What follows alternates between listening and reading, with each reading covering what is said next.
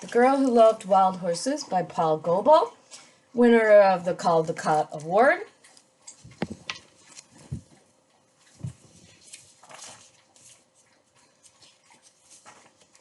There was a girl in the village who loved horses. She would often get up at daybreak when the birds were singing about the rising sun.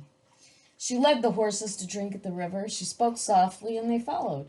People noticed that she understood horses in a special way. She knew which grass they liked best and where to find them shelter from the winter blizzards. If a horse was hurt, she looked after it. Every day when she had helped her mother carry water and collect firewood, she would run off to be with the horses. She stayed with them in the meadows, but was careful never to go beyond sight of home. One hot day when the sun was overhead, she felt sleepy, and she spread her blanket and lay down. It was nice to hear the horses eating and moving slowly among the flowers. Soon she fell asleep. A faint rumble of distant thunder did not waken her. Angry clouds began to roll out across the sky with lightning flashing in the darkness beneath, but the fresh breeze and scent of rain made her sleep soundly. Suddenly there was a flash of lightning, a crash and rumbling which shook the earth. The girl leapt to her feet in fright. Everything was awake. Horses were rearing up on their hind legs and snorting in terror.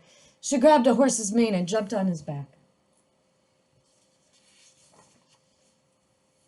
In an instant, the herd was galloping away like the wind. She called to the horses to stop, but her voice was lost in the thunder. Nothing could stop them. She hugged her horse's neck, with her fingers twisted into his mane. She clung on, afraid of falling under the drumming hooves.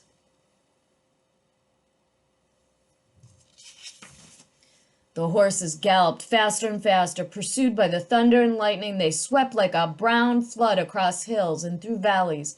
Fear drove them on, leaving their familiar grazing grounds far behind. At last, the storm disappeared over the horizon. The tired horses slowed and then stopped and rested. Stars came out and the moon shone over the hills. The girl had never seen before. She knew that they were lost.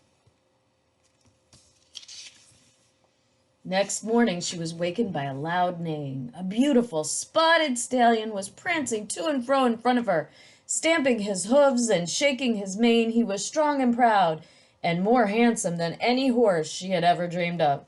He told her that he was the leader of all the wild horses who roamed the hills, and he welcomed her to live with them. She was glad, and all her horses lifted their heads and neighed joyfully, happy to be free with the wild horses. The people searched everywhere for the girl and the vanished horses. They were nowhere to be found. But a year later, 2 hunters rode into the hills where the wild horses lived. When they climbed a hill and looked over the top, they saw the wild horses, led by the beautiful spotted stallion.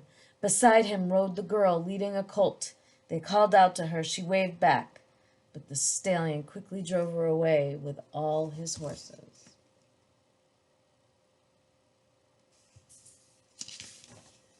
The hunters galloped home and told what they had seen. The men mounted their fastest horses and set out at once. It was a long chase. The stallion defended the girl and the colt. He circled round and round them so that the riders could not get near. They tried to catch him with ropes, but he dodged them. He had no fear. His eyes shone like cold stars. He snorted and his hoofs struck as fast as lightning. The riders admired his courage. They might never have caught the girl, except her horse stumbled and she fell. She was glad to see her parents, and they thought she would be happy to be home again. But they soon saw she was sad and missed the colt and the wild horses. Each evening as the sun went down, people would hear the stallion neighing sadly from the hilltop above the village, calling for her to come back. The days passed. Her parents knew the girl was lonely. She became ill, and the doctors could do nothing to help her. They asked what would make her well again. "I love to run with the wild horses," she answered. "They are my relatives. If you let me go back to them, I will be happy forevermore." Her parents loved her and agreed that she could go back to live with the wild horses. They gave her a beautiful dress and the best horse in the village to ride. The spotted stallion led his wild horses down the hills.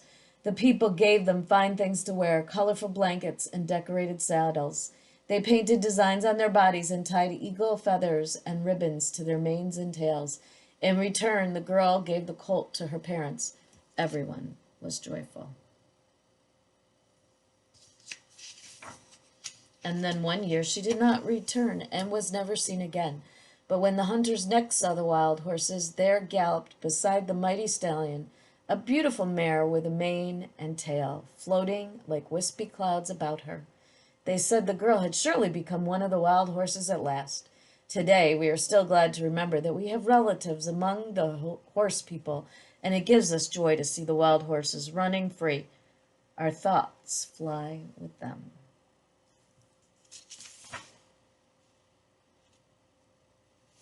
This is a Navajo song about his horse. My horse has a hoof like striped agate. His fetlock is like a fine eagle plume. His legs are like quick lightning. My horse's body is like an eagle-plumed arrow. My horse has a tail like a trailing black cloud. His mane is made of short rainbows. My horse's ears are made of round corn. My horse's eyes are made of big stars. My horse's teeth are made of white shell, and the long rainbow is in his mouth for a bridle, and with it I guide him.